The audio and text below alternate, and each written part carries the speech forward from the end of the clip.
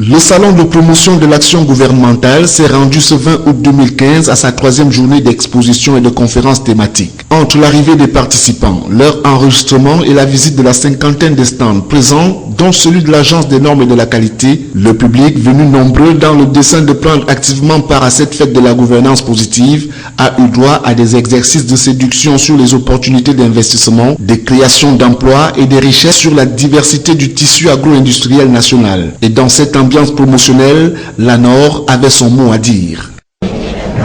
Depuis le lancement des préparatifs, et le secrétaire général a pris le taureau par les cornes que l'ANOR vienne expliquer aux acteurs socio-économiques ce qu'elle fait, ses missions, ce qu'ils doivent attendre de l'ANOR et l'appui du gouvernement dans ses programmes, dans ses projets structurants, dans ses hautes prescriptions, dans le sens de la présence effective de l'ANOR dans les 10 régions.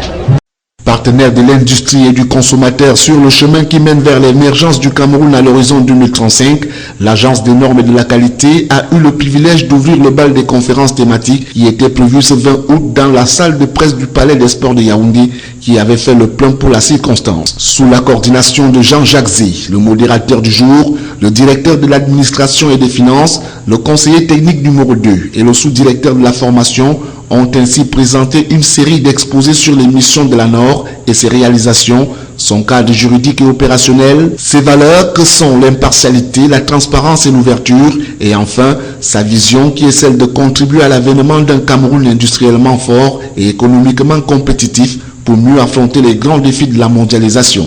En fait, l'ANOR ne se met pas dans ses bureaux pour élaborer les normes. Non, l'élaboration des normes intéresse tout le monde. Et en troisième chose, l'évaluation de la conformité. Il fallait faire comprendre aux uns aux autres qu'on peut bien élaborer les normes, mais les normes ne servent à rien si à ces normes, il n'est pas adossé une évaluation de conformité pour justement dire si un produit, un processus ou un système est conforme à la norme. Parmi les trophées remportés par l'Agence des normes et de la qualité après seulement 6 ans d'existence, les conférenciers se sont attardés sur la densification du portefeuille des normes camerounaises qui sont passées de 150 à 1709, le renforcement de la coopération avec les organismes internationaux, la formation de plus de 300 personnes et entreprises et la dernière en date, c'est l'onction du gouvernement pour la mise en place dans un avenir immédiat du programme d'évaluation de la conformité avant embarquement des produits destinés au marché camerounais. Il faut savoir que c'est vraiment un tournant dans le processus de contrôle qualité et notamment du contrôle qualité amont.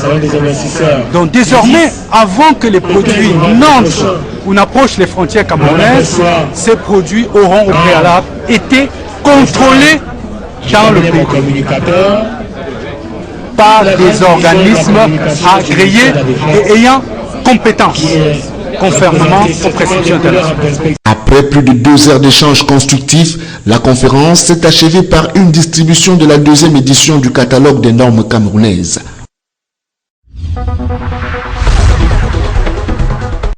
Les 5 et 6 août dernier, les conseils des accusés ont tous plaidé non coupables au TCS, le tribunal criminel spécial. Ce 20 août 2015, c'est Maître Balemaken qui a clôturé l'ensemble des plaidoiries de la défense pour le compte du principal accusé Iya Mohamed. En plaçant le procès sous le signe de la restauration de la légalité pénale, la défense du prévenu Iya Mohamed demande au tribunal de rejeter en bloc l'ensemble des chefs d'accusation retenus contre leur client et le déclarer par conséquent non coupable des faits portés à sa charge. Pendant 2h30 minutes, la défense de Sieur Iya s'est employée à démontrer l'absence de culpabilité de l'ancien directeur général de Sodécoton et ancien président de la FECAFOOT, la Fédération camerounaise de football, ainsi que la nullité des poursuites enclenchées contre lui. Pour mémoire, Iya Mohamed, placé sous mandat de détention provisoire à la prison centrale de Yaoundé-Kondengui le 19 juin 2013 et ses co-accusés sont poursuivis pour des faits de détournement et complicité de détournement en coaction de la somme de 11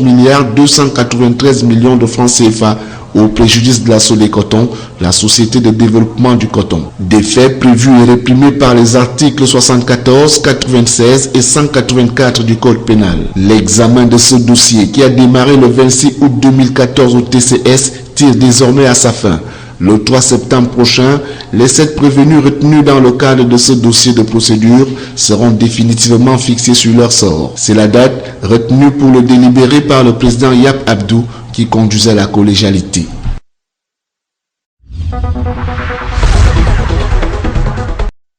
Le passage des conteneurs à marchandises à l'intérieur du corridor Douala-Bangui-Douala-N'Djamena est devenu une équation difficile à résoudre.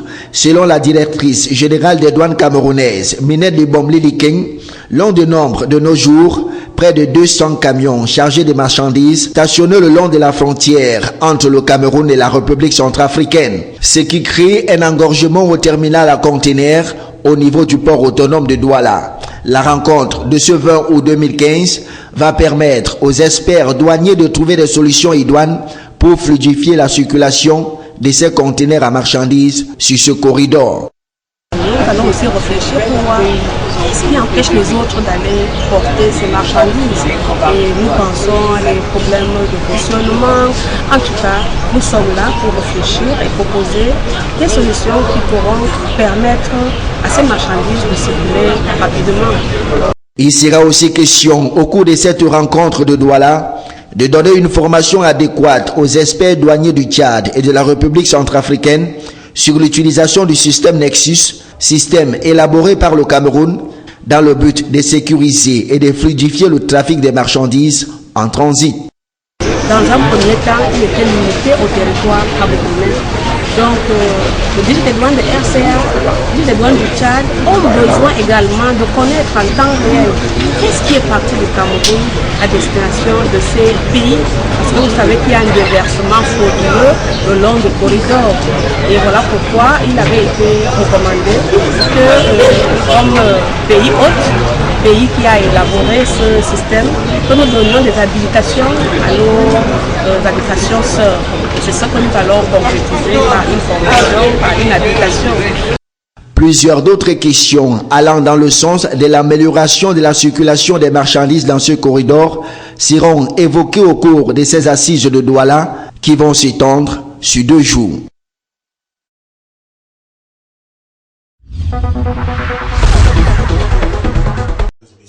La ville de Douala, de par son poids économique, se présente comme la locomotive du secteur des assurances au Cameroun. Malheureusement, certaines pratiques qui n'honorent pas la profession, à savoir le phénomène de la sous-tarification, perdurent surtout dans le domaine de l'assurance automobile. Cette gangrène plombe les efforts du gouvernement dans la lutte pour l'atteinte des objectifs consignés dans le document de stratégie pour la croissance et l'emploi. Vous-même qui se trouvez à un taux inférieur au minimum, vous n'êtes pas sûr d'être indemnisé au moment où vous avez un accident. Bon. Deuxièmement, au niveau même de la structure, n'est-ce pas, c'est-à-dire l'agent général qui utilise peut-être un certain nombre de personnes ou bien enfin, l'intermédiaire d'assurance, cela ne lui permet pas de fonctionner normalement, de couvrir tous les frais, par exemple, de fonctionnement. Ensuite, au niveau de l'État, lorsque l'État, vous savez, tous ces structures doivent payer les impôts. Donc lorsqu'on leur présente, quand le service des impôts fait son contrôle sur le terrain, on va leur présenter des états qui sont faussés dès le départ parce que les tarifs n'ont pas été payés au taux normal. Donc vous voyez, il y a donc conséquences au niveau même de la structure qui applique la sous-tarification, conséquences au niveau de l'assuré, et conséquences aussi au niveau même de l'État. Il était question au cours des travaux dont le thème central était basé sur l'impact de la sous-tarification automobile sur le marché d'assurance, de réfléchir sur les voies et moyens d'éradiquer cette pratique ou tout au moins apporter des éléments de solution. Car il faut noter que ce phénomène coûte énormément cher aux compagnies émettrices d'assurance et diminue de manière considérable les prélèvements de l'État au moyen des taxes et impôts, sans compter les dégâts causés aux assurés pour non-paiement des sinistres.